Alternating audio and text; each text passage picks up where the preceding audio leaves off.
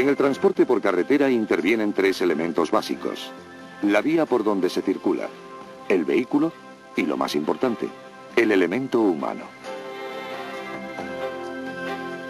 Las características de carretera y vehículo tienen importancia en la conducción, pero es el hombre quien, al hacer uso de ambos, tiene en sus manos la posibilidad de llevar a cabo una conducción racional y segura. Las estadísticas indican que más del 80% de los accidentes tienen como origen fallos humanos, y menos del 20% son atribuibles a fallos mecánicos o técnicos. La conducción es una tarea compleja. El conductor debe controlar el vehículo y adaptarse a las condiciones de la vía y del entorno, que nunca son iguales. Para poder controlar las distintas y variadas situaciones que se le presentan en la circulación y actuar adecuadamente, un conductor necesita especialmente mantenerse en las mejores condiciones físicas y psicológicas, disponer de las habilidades y práctica necesarias para adecuar su estilo de conducción a las condiciones cambiantes del medio, y disponer de los conocimientos mínimos necesarios para el ejercicio adecuado de su profesión. Los niveles de bienestar y desarrollo de la sociedad actual dependen, en gran medida, de una serie de productos que genera y produce la industria, y que son, en muchos casos, sustancias catalogadas como peligrosas. Estas sustancias deben transportarse y distribuirse desde el lugar donde se fabrican hasta su destino final, lo que supone para el transportista un riesgo añadido al del propio tráfico. Si circular por la red viaria supone un riesgo calculado, cuando se hace a bordo de un vehículo que transporta mercancías peligrosas, este riesgo se ve incrementado, fundamentalmente por dos razones: dimensiones y características del vehículo y peligrosidad específica de la carga que se transporta. En consecuencia, el transporte de mercancías peligrosas exige extremar las medidas de seguridad. El profesional del transporte debe tener presente en todo momento las tres normas básicas de seguridad en el desempeño de su trabajo. Antes de iniciar la marcha, comprobar el funcionamiento correcto de todos los sistemas del vehículo. Durante la marcha, conducir con la máxima atención, teniendo siempre en cuenta las diferentes variables que pueden alterar las condiciones normales de circulación. Y cumplir estrictamente todas las normas de seguridad. Para el conductor, el respeto a estas normas representa un seguro de vida. Durante la conducción, los posibles accidentes pueden ser producidos fundamentalmente por dos causas: fallos mecánicos y fallos humanos. Para evitar los fallos mecánicos, es necesario extremar los controles sobre las partes vitales del vehículo.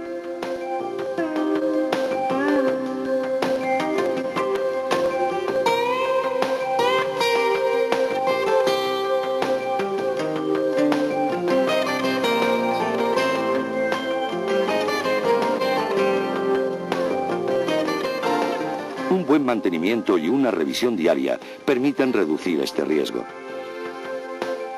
Por lo tanto, es importante un control preventivo y sistemático de los vehículos. Los fallos humanos más importantes son velocidad excesiva o inadecuada, maniobras bruscas, falta de concentración, etc. En general, hay que ser conscientes del riesgo potencial de la circulación y tomar las medidas necesarias para evitarlo. A continuación, analizaremos algunas situaciones potenciales de riesgo. El desplazamiento de la carga en un vehículo que transporte mercancías sólidas es un riesgo que se puede evitar con una correcta estiba y con una conducción racional y responsable. En el caso de vehículos cisterna o contenedores cisterna que transporten líquidos o gases licuados, el efecto ola es equiparable al desplazamiento de la carga en vehículos caja. Durante la conducción, adoptaremos una serie de medidas encaminadas a evitar o minimizar el mencionado efecto ola. Al acelerar bruscamente, la carga del vehículo tenderá a desplazarse hacia la parte posterior del mismo. Igual sucede con la subida de pendientes, donde este desplazamiento nos hará perder potencia y, en algunos casos, adherencia al terreno. Por ello, se deberán adoptar las debidas precauciones. En caso de lluvia, hielo, nieve o pavimento en mal estado, es obligado a extremar las precauciones y no provocar aceleraciones o movimientos bruscos. Al frenar bruscamente, el efecto será el contrario. La carga, especialmente en el caso de mercancías líquidas, tenderá a desplazarse hacia la parte delantera del vehículo. En este caso, al aumentar la inercia del vehículo, la frenada será menos efectiva debido a la sobrecarga del eje delantero, pudiendo producirse así la pérdida de tracción. En movimientos o vaivén de la dirección, especialmente al trazar las curvas, la fuerza centrífuga, tanto del vehículo como de la carga, tiende a alejar el vehículo de su trayectoria y a mantener la dirección que originalmente traía. Cuanto mayor sea el peso y la velocidad, mayor será esta fuerza. En el transporte de líquidos, el efecto es todavía mayor. La mercancía se desplazará inevitablemente hacia el lateral de la cisterna que esté en la parte exterior de la curva, tendiendo a obligar al vehículo a desplazarse lateralmente. Un vuelco puede ser el resultado provocado por este efecto. Estudios realizados por profesionales expertos en conducción indican que este efecto puede provocar el vuelco de una cisterna a partir de 37 kilómetros por hora. Ambas circunstancias pueden presentarse de forma simultánea. Por ejemplo, si frenamos mientras estamos tomando una curva, se producirán al mismo tiempo los efectos anteriores. Es decir, la mercancía tenderá a desplazarse tanto hacia la parte delantera como hacia el lateral exterior del vehículo. Cualquiera de los efectos descritos puede producir que un vehículo derrape. El derrape se produce por la pérdida de adherencia de los neumáticos sobre el pavimento, provocando desplazamientos laterales o patinazos difíciles de controlar. Para corregir un derrape debemos realizar las siguientes operaciones.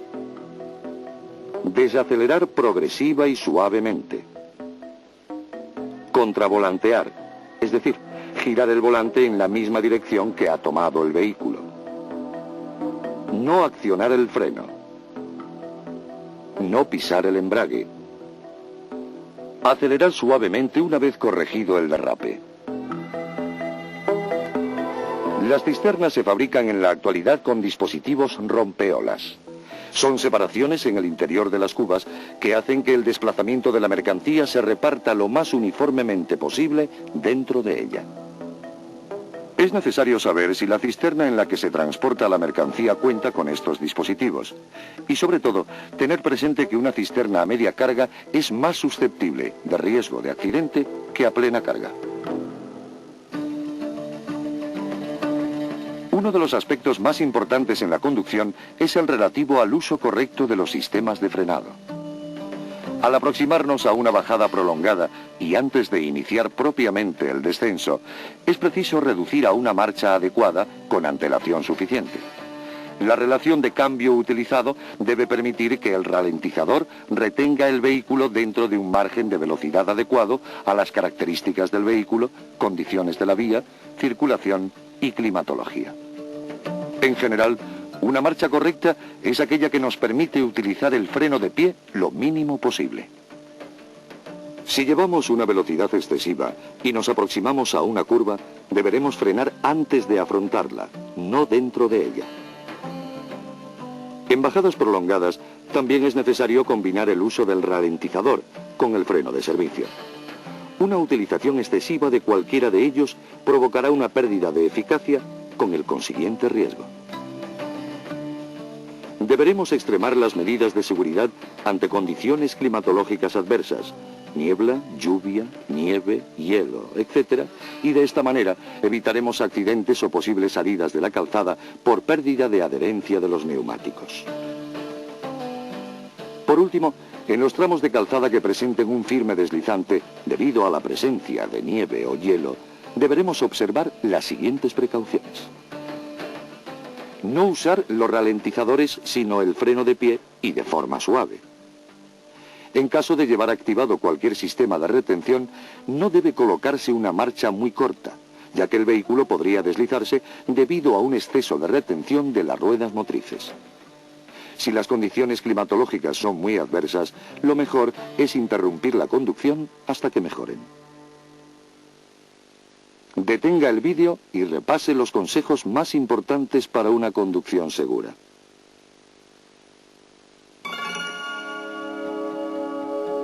Cerca de 14 millones de toneladas de mercancías, catalogadas como peligrosas, son transportadas cada año por la geografía española.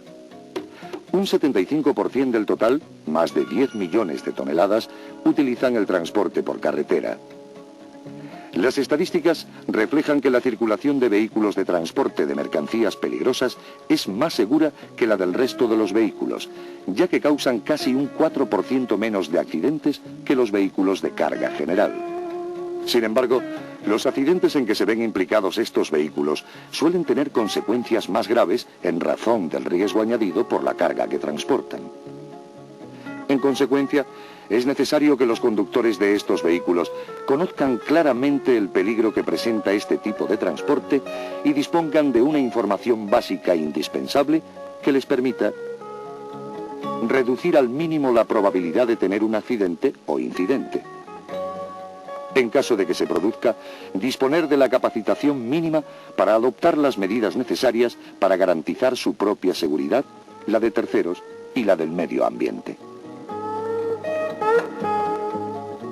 Para la correcta realización de un transporte de mercancías peligrosas, existen una serie de documentos obligatorios referidos al conductor, al vehículo y a la carga o mercancía que se transporta. El conductor de un vehículo que transporte mercancías peligrosas deberá tener a disposición de la autoridad o sus agentes los siguientes documentos personales y presentarlos cuando se lo soliciten. Permiso de conducir, DNI o pasaporte, discos diagrama que correspondan con la actividad y autorización especial para conducir mercancías peligrosas, certificado ADR. La autorización especial o certificado ADR, válida para la conducción del vehículo, es expedida por la Jefatura Provincial de Tráfico y será necesaria cuando se realicen transportes de mercancías peligrosas en los siguientes tipos de vehículos. Vehículos cuyo peso máximo autorizado, PMA, supere los 3.500 kilos. Cisternas fijas o desmontables de capacidad superior a 3.000 litros. Vehículos batería de capacidad total superior a 1.000 litros. Contenedores cisterna de capacidad superior a 3.000 litros en una unidad de transporte. Los documentos relativos al vehículo son: permiso de circulación que expiden las jefaturas provinciales de tráfico. Tarjeta de transporte, la concede la Administración de Transportes. Ficha técnica del vehículo.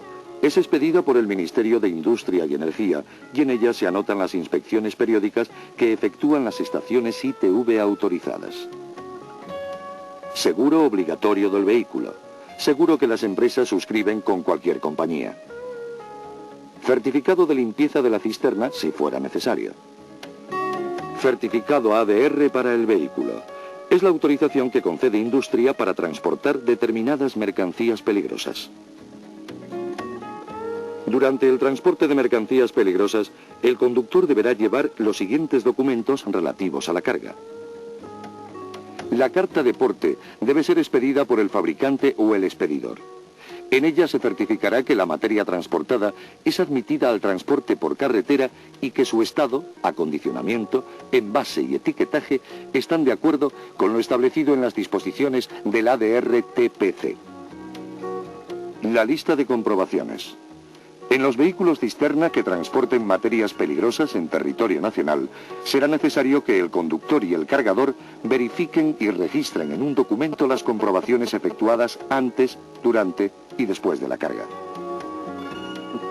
La ficha de seguridad está constituida por las instrucciones escritas que el expedidor de las mercancías deberá entregar al conductor en previsión de cualquier incidente o accidente que pueda acontecer durante el transporte. En la ficha se precisa, de manera concisa y clara, los riesgos y peligros en que pueden incurrir las mercancías transportadas, así como las medidas a adoptar ante un accidente. Detenga el vídeo y repase la documentación que debe llevar siempre en el vehículo durante el transporte de mercancías peligrosas.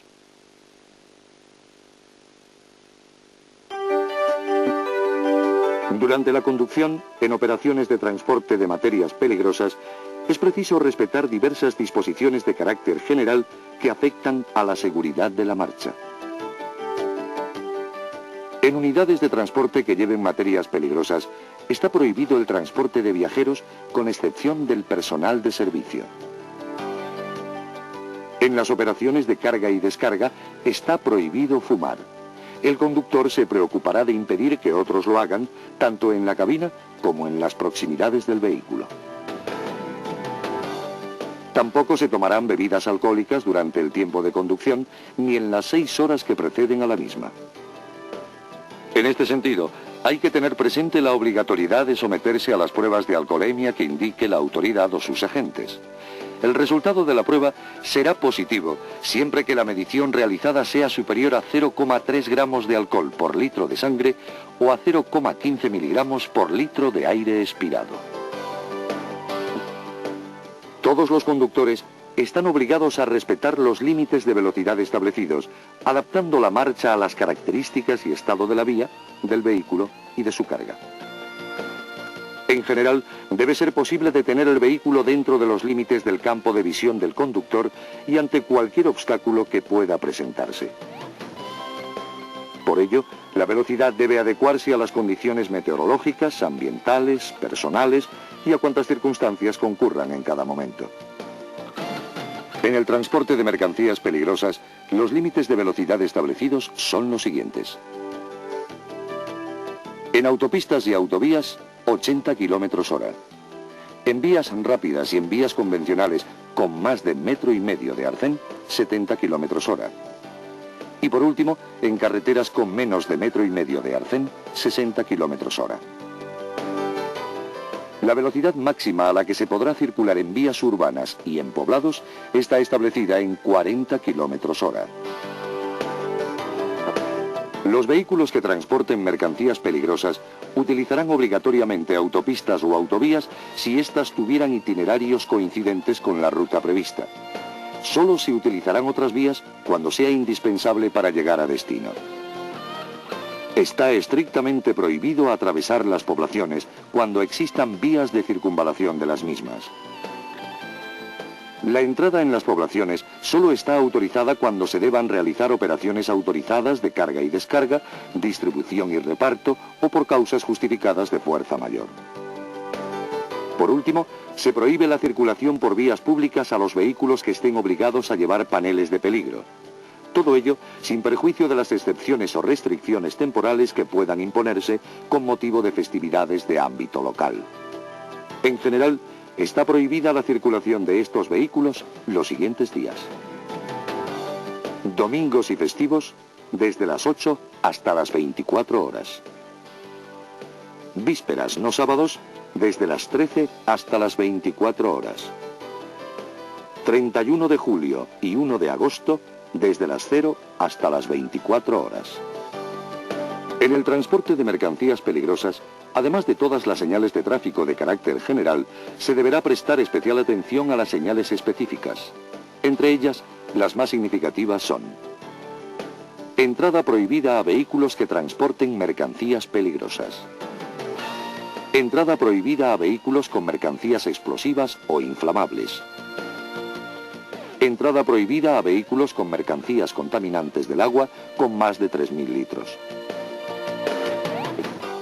Todos los vehículos que transporten materias catalogadas como peligrosas serán sometidos convenientemente a vigilancia o bien podrán ser estacionados, aislados, sin vigilancia, al aire libre, en un depósito en las dependencias de una fábrica que ofrezca todas las garantías de seguridad.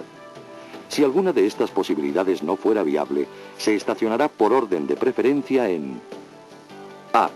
Un aparcamiento vigilado con un encargado que deberá ser informado de la naturaleza de la carga y del lugar donde se encuentra el conductor. B. Un aparcamiento público o privado donde la unidad de transporte no corra ningún riesgo de ser dañada por otros vehículos. C. Un espacio libre apropiado situado aparte de las grandes carreteras y de lugares habitados y que no sirva normalmente de lugar de paso o reunión para el público y conserve las garantías mínimas de seguridad. Nunca una unidad de transporte de materias peligrosas deberá dejarse estacionada sin accionar su freno de estacionamiento. se recomienda no utilizar el freno del semirremolque o emergencia como freno de estacionamiento. Cuando sea necesario realizar un estacionamiento nocturno o en condiciones de reducida visibilidad o por un peligro concreto, si las luces del vehículo no funcionan, se deberán poner en la carretera linternas portátiles con luz color naranja, fija o intermitente, antideflagrantes y con funcionamiento independiente del equipo eléctrico del vehículo, aproximadamente a 10 metros por delante y por detrás del mismo. Se estará especialmente atento a las señales de circulación y a la visibilidad que pudieran tener los demás usuarios de la vía. En caso de avería, se deberán colocar los triángulos de preseñalización de peligro a 50 metros del vehículo o de la mercancía y visibles desde 100 metros. En la conducción de un transporte de mercancías peligrosas, se tomarán precauciones especiales al circular en las cercanías de grandes corrientes de agua, embalses, pantanos, lagos, etc. En caso de lluvia intensa, deberemos disminuir la velocidad para evitar el efecto aquaplaning. Este efecto se produce cuando hay agua acumulada en la calzada, pudiendo provocar la pérdida de adherencia de los neumáticos. Si el vehículo es articulado, debemos extremar la precaución para evitar el denominado efecto tijera.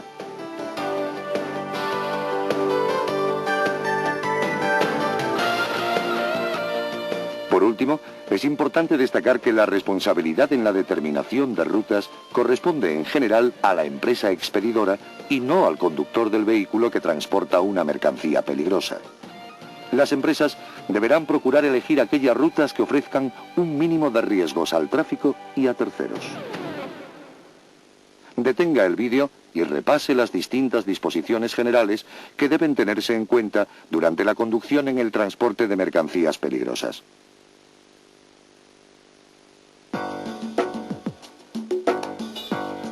En el transporte de mercancías peligrosas es responsabilidad del conductor cuidar que el vehículo enviado a cargar se encuentre en las debidas condiciones para realizar el transporte.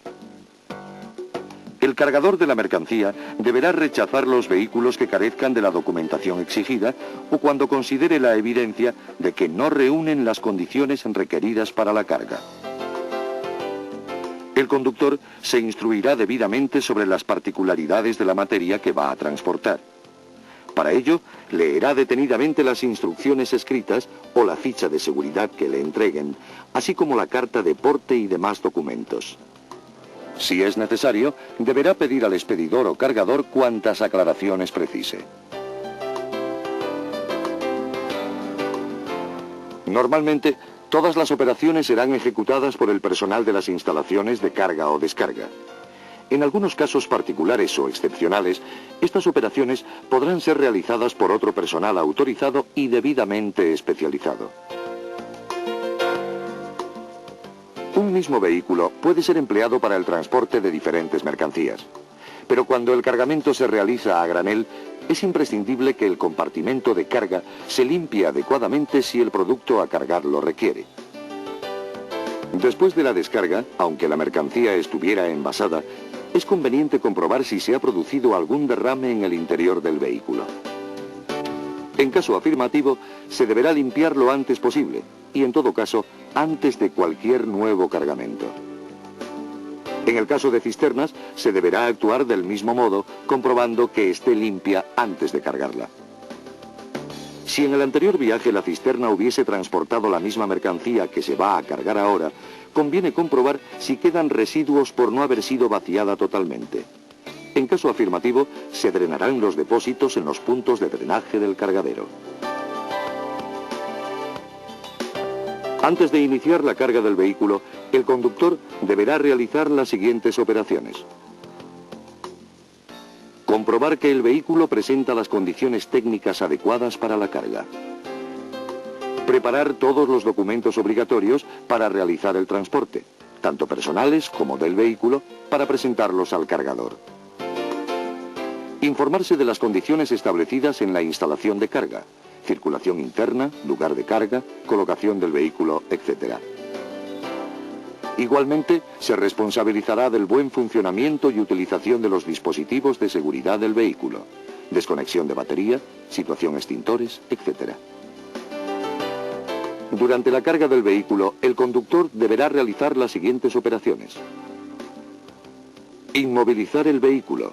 Motor parado, freno de estacionamiento, calzos de parada en ambos sentidos de marcha, etc. Y llegado el caso, accionar el cortacorrientes de la batería. Permanecer en el lugar indicado por el responsable de la carga, sala de espera, punto de presencia, etc. Atender la prohibición de fumar durante las operaciones de carga y descarga. Utilizar, si procede, los equipos de protección, guantes, gafas, utillaje, etc. Conectar la toma de tierra eléctrica del vehículo, si fuera necesario. En caso de tormenta con aparato eléctrico, velar por la interrupción de la carga cuando se trate de mercancías con riesgo de inflamabilidad. Llegado el caso, solicitar el equilibrado de los pesos máximos y, en caso de sobrecarga, la descarga del excedente. Por último, al finalizar la operación, realizar las tareas propias de su responsabilidad. Retirada de calzos, conexión batería, toma de tierra, chequeo general, etc.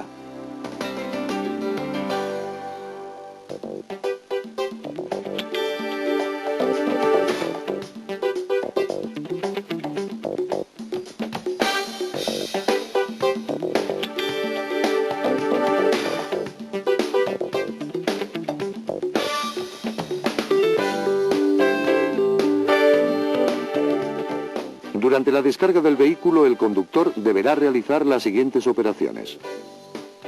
Informarse de las condiciones establecidas en la instalación de descarga, circulación interna, lugar de descarga, colocación del vehículo, etc.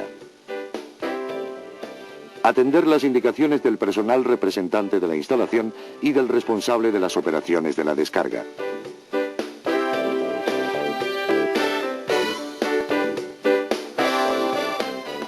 Colaborar, si fuera preciso, en la adecuada descarga del vehículo.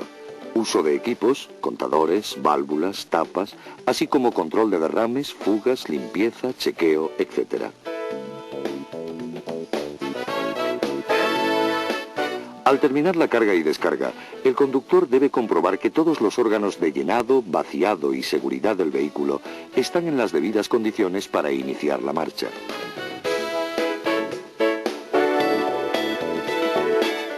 En el caso de que durante las operaciones de carga o descarga en el interior de una factoría se presentase una situación de emergencia, al oír la señal de alarma, la actuación del conductor será la siguiente.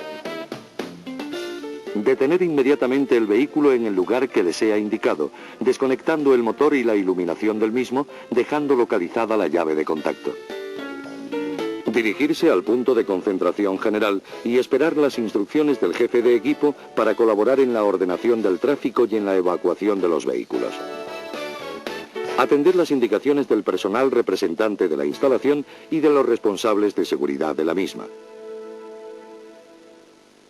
Detenga el vídeo y repase las normas de actuación durante las operaciones de carga y descarga. Uno de los principales requisitos en el transporte por carretera de mercancías peligrosas es la perfecta identificación de las materias transportadas y, sobre todo, del tipo y grado de peligrosidad que representan. Por ello, tanto las unidades de transporte como las propias mercancías deben ir correctamente etiquetadas y señalizadas mediante placas etiqueta y etiquetas. Las placas etiqueta tienen forma de un cuadrado apoyado sobre uno de sus vértices. La dimensión del lado será de 25 centímetros como mínimo y deben colocarse en los laterales de los vehículos de acuerdo con las siguientes normas. Cuando se transporta un solo producto, se colocarán a ambos lados las placas etiqueta de peligro correspondientes a ese producto. Si el vehículo es compartimentado y transporta distintos productos, se colocarán en los laterales de cada compartimento las placas etiqueta correspondientes a la mercancía que contenga. En ambos casos, en la parte posterior de la cisterna, se colocará una placa etiqueta por cada uno de los peligros reflejados en los laterales. El significado de las placas etiqueta es el siguiente. 1. Explosivos. 2. Gases no inflamables y no tóxicos. 3. Materias líquidas inflamables, peligro de fuego. 4.1. Sólidos inflamables. 4.2. Materia inflamable espontáneamente. 4.3. Desprendimiento de gases inflamables en contacto con el agua. 5.1. Comburente. 5.2. Peróxido orgánico. 6.1. Materia tóxica. 6.2. Materia infecciosa. 7A. Materia radiactiva. 7B. Materia radiactiva. 7C. Materia radiactiva. 7D. Materia radiactiva. 8. Materia corrosiva. 9. Otros peligros. Cuando las mercancías peligrosas se transporten en envases o bultos, cada uno de ellos deberá identificarse mediante etiquetas informativas pegadas en cada uno de sus lados. Las etiquetas tienen forma de cuadrado apoyado sobre uno de sus vértices y miden 10 centímetros de lado. A veces, un mismo envase puede llevar etiquetas distintas, indicando con ello que el producto presenta diferentes tipos de peligro. Cuando un bulto lleve más de una etiqueta, estas se colocarán de forma solapada. El significado de las etiquetas es el mismo que acabamos de ver para las placas etiqueta. La finalidad de los paneles naranja es permitir la identificación de la mercancía y su correspondiente peligro desde el exterior del vehículo. Los paneles tienen forma rectangular y sus dimensiones son 40 centímetros de base y 30 de altura. Son de color naranja, reflectantes, y cada unidad de transporte deberá llevar al menos 2 dispuestos en un plano vertical. Cuando el panel lleve numeración, estará dividido en 2 partes. En la parte superior figurará el número de identificación del peligro y en la inferior el número de identificación de la materia o número ONU. Si las unidades de transporte llevan solo una materia peligrosa, los 2 paneles de color naranja irán situados en el frente y detrás. Esta disposición se mantendrá también cuando se trate de una cabeza tractora y un remolque. La cabeza llevará el panel en su frontal y el segundo panel irá en la parte posterior del remolque. Si la carga se transporta en envases en un vehículo caja, los paneles naranja no llevarán numeración, incluso aunque toda la carga sea de la misma materia. Las etiquetas de peligro solo irán colocadas en cada uno de los bultos. La primera cifra del número de identificación indica el peligro principal de la mercancía transportada. 2. Gas.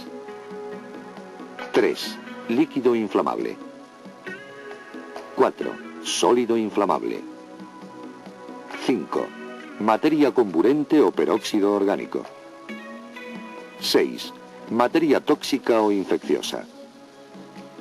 7. Materia radiactiva. 8. Materia corrosiva. 9. Otros peligros. La segunda y tercera cifras indican los peligros secundarios. 0. Carece de significado. 2. Emanación de gas. 3. Inflamación. 5. Comburencia. 6. Toxicidad. 8. Corrosividad. 9. Peligro de reacción violenta por descomposición o polimerización. Normalmente, cuando las 2 primeras cifras se repiten, indican una intensificación del peligro principal. Por ejemplo, el número 3 indica líquido inflamable. El número 33 expresará un riesgo muy alto de inflamación. Cuando el número de identificación de peligro esté precedido por la letra X, indica que la sustancia reacciona peligrosamente con el agua. Esta numeración indica que el líquido transportado puede inflamarse espontáneamente y que reacciona peligrosamente con el agua. Determinados productos se transportan a temperatura elevada. Esta señal, que debe colocarse en los laterales y en la parte posterior del vehículo, identifica este tipo de materia. Además de las etiquetas de peligro que acabamos de ver, existen otras de señalización que informan sobre las características, posición, conservación, etc. de los bultos. Las más comunes son las siguientes.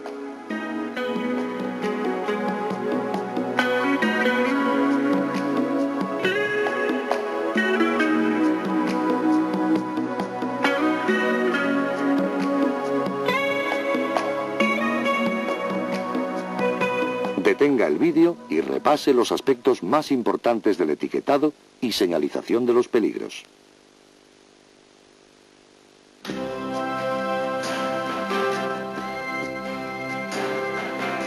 Hemos visto las normas de actuación más importantes que el profesional del transporte debe tener siempre presentes, con el objetivo de conseguir realizar su trabajo de una forma racional y segura.